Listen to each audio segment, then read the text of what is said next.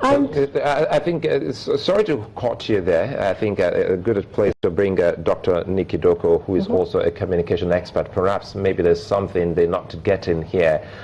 You are a communication expert, the head of department in your school there of communication. But if you look at what Chief Ojikuto has highlighted, it would seem as if perhaps in all of this there is some lapse in bringing out some of the policies and even strategies and plans which she highlighted by this administration. Do you see that with this government? Well, if you ask me to focus on this administration rather than on the party system that she was trying to describe, I was zeroing on that. But first of all, let me clear something. The parties do not have ideologies. This is agreed. And as a nation, we have a crisis of philosophy. We don't even have a philosophy to begin with. So you can't build parties based on philosophies or ideologies. So that is why they are bankrupt. They are bereft of ideologies and philosophies. And the other thing is programs. The parties have manifestos, but they never rely on their manifestos to implement programs. And they are never campaigning on the basis of issues, but rather on the basis of personalities and what are the booties and for whom are the booties. Now, when you talk about the current administration, I will try to profile the character of the administration from the time they took power, the time they started fighting for power as a political party. They were interested more in wresting power from the PDP, which has been dominant for 16 years. Now, immediately they got power, they did not plan for governance, because grabbing power is different from governance. So with the acquisition of power, they should have made ready their programs and how to govern the country. They were actually not prepared for governance. And that is why they are in disarray today. That is why there is so much confusion in the administration. And that is why it is even difficult for them to implement the campaign promises.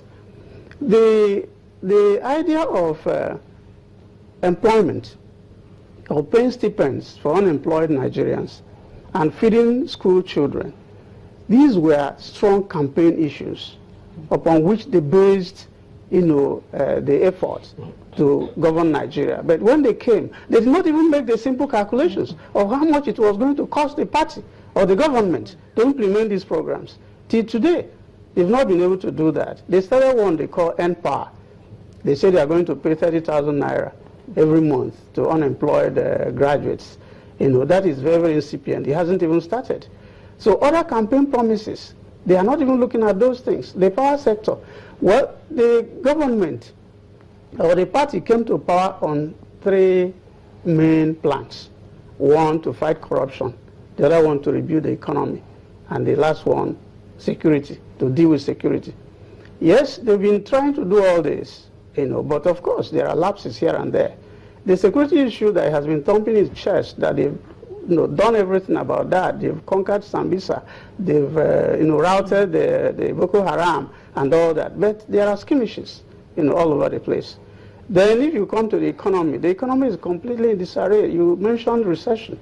We are deep into recession.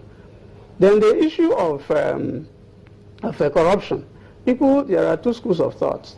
One is that they are not fighting corruption. Rather, they are fighting individuals or corrupt people. I don't know how we can disaggregate that, the difference between fighting corrupt people and fighting corruption. But the government is saying that they are fighting corruption, and that is just the best way to go about it. But you cannot just fight corruption alone by reining in individuals. You have to reform the institutions. We have very weak institutions in Nigeria, and such institutions need to be reformed, because it's even better, much better, to actually prevent people from being corrupt than fighting them when they are already corrupt, because they would have become very, very entrenched with a lot of easy money they make. And that is why it's very difficult, for the administration to actually prosecute the fight against corruption very, very successfully. Okay, Dr. Ijoko, let me just, just take you up on the part of employment. You talked about the Empower, and it's been all over the news that some of the beneficiaries of that particular scheme have actually been paid. their December stipends, and they've been verified, and the various states continue to do the program. But still, in line with communication, it seems as if there was plenty of talk, but there was no talk at all. All the parties seem to have one thing in mind: yes, to make Nigeria great again. But it seems as if they were not communicating. Chief Ejikutu. Yeah, it's like you want to do something for the people, and you are not bringing the people along. You know, when the Minister of Information started this going around, you know, the country, doing these city town hall meetings, you know, I raised an issue that, you know, it's mostly elitist.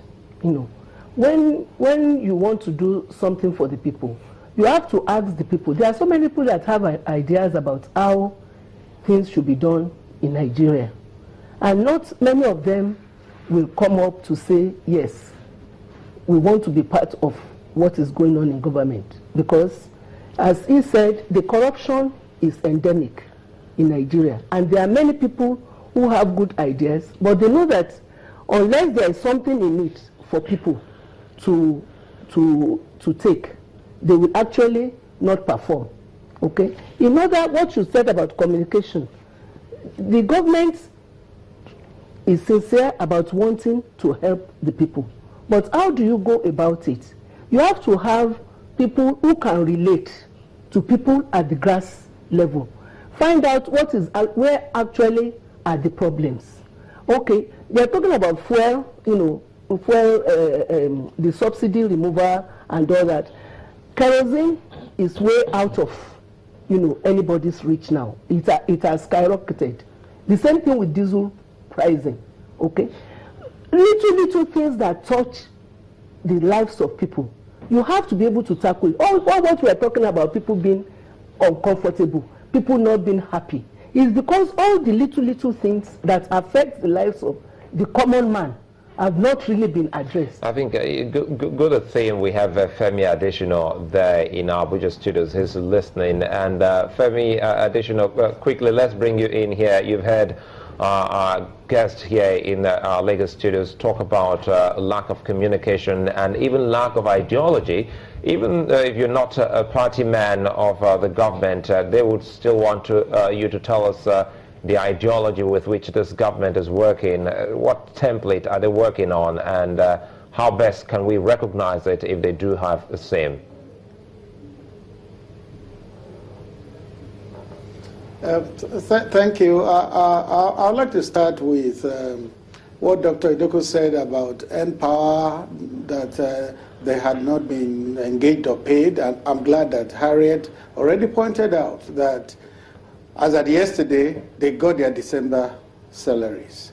So it's important that we pass the right information to the public, because if Harriet didn't come in and anybody had Dr. Idoko, what that person will go away with was that N-Power people had not been paid. They have been paid. So I just wanted to make that clear. Now, talking about ideology, yes, you hear all this, but you know that between the All Progressive Congress and the People's Democratic Party, there is a fundamental difference. One calls itself progressive, the other we know is conservative.